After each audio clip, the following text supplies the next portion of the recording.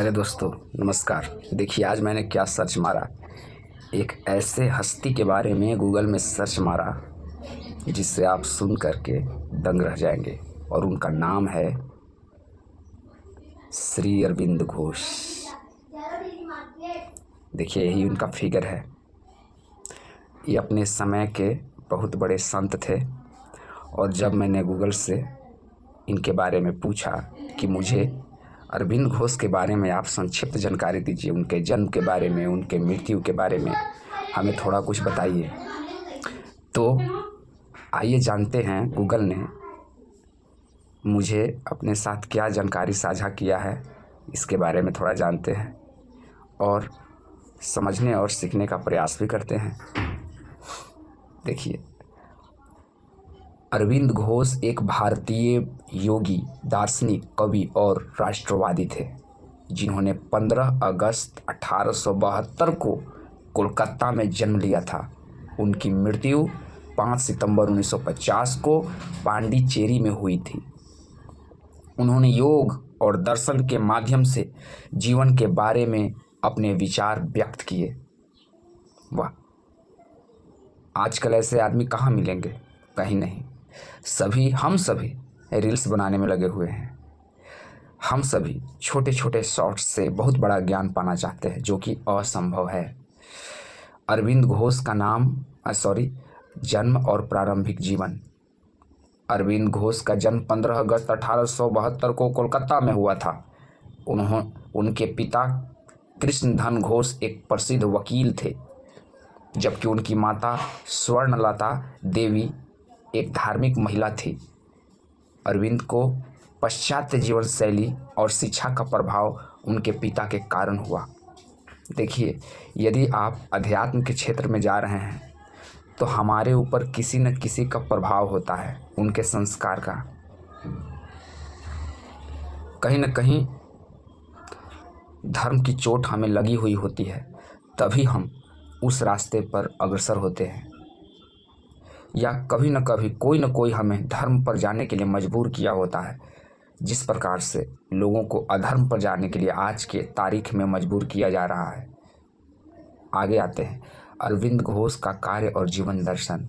अरविंद घोष एक योगी, दार्शनिक, कवि और राष्ट्रवादी थे। उन्होंने योग और दर्शन के माध्यम से जीवन के बारे में अपने विचार व्यक्त किए। उनका मानना था कि मानव जीवन का लक्ष्य सर्वांग जीवन है, जिसमें तन, मन, आत्मा सभी का विकास होना चाहिए। उनका दर्शन नव्य वेदांत दर्शन के रूप में जाना जाता है।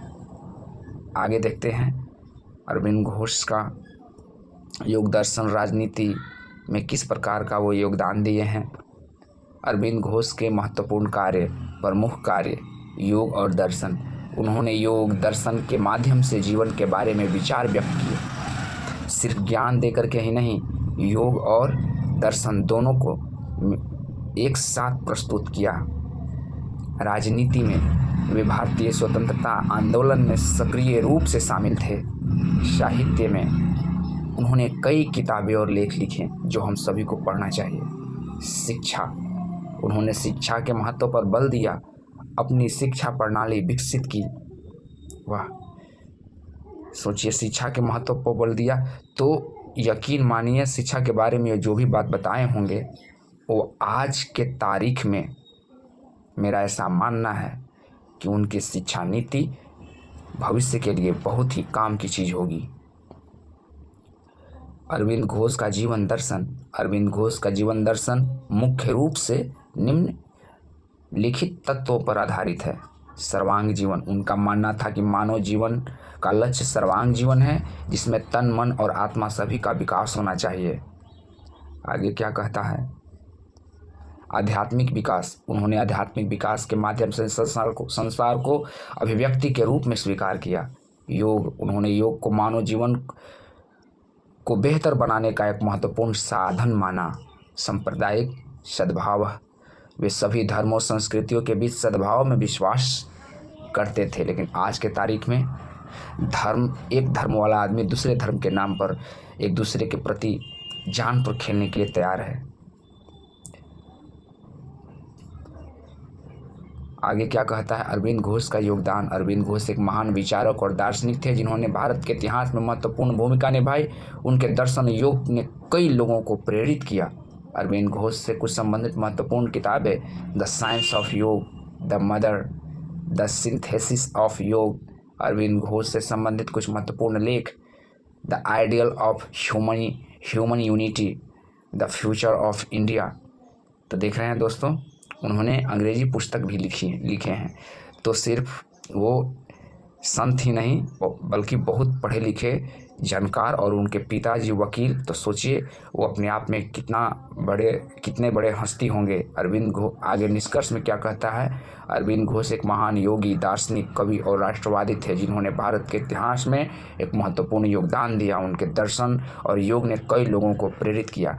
इससे यही निष्कर्ष निकलता है दोस्तों कि ऐसे ऐसे संत हमारे भारत में जन्म लिए जो आज के डेट में हमारे बीच से उनका अमर गाथा जो है खो गया है। हमें उनको पुनः याद करते हुए उनके बारे में पढ़ना चाहिए। जो हम आसपास के या यूट्यूब में जिस तरह के लोग हमारे दिमाग को प्रभावित कर रहे हैं अपने थोथले ज्ञान से, इससे अच्छा है कि हम उनके बारे में पढ़ें जो वाकई में देश को कुछ दिए हैं। आज के लिए इतना ही। बहुत बहुत धन्यवाद। और गूगल ने संक्षिप्त में बहुत अच्छा जानकारी देती है। आप भी इस तरह से सर्च करिए और उनके बारे में अच्छे भारतीय दार्शनिकों, हस्तियों, संतों और आज के जो हस्ती हैं उनके बारे में आप जानने की कोशिश कीजिए। बहुत बहुत धन्यवाद। Thank you very much.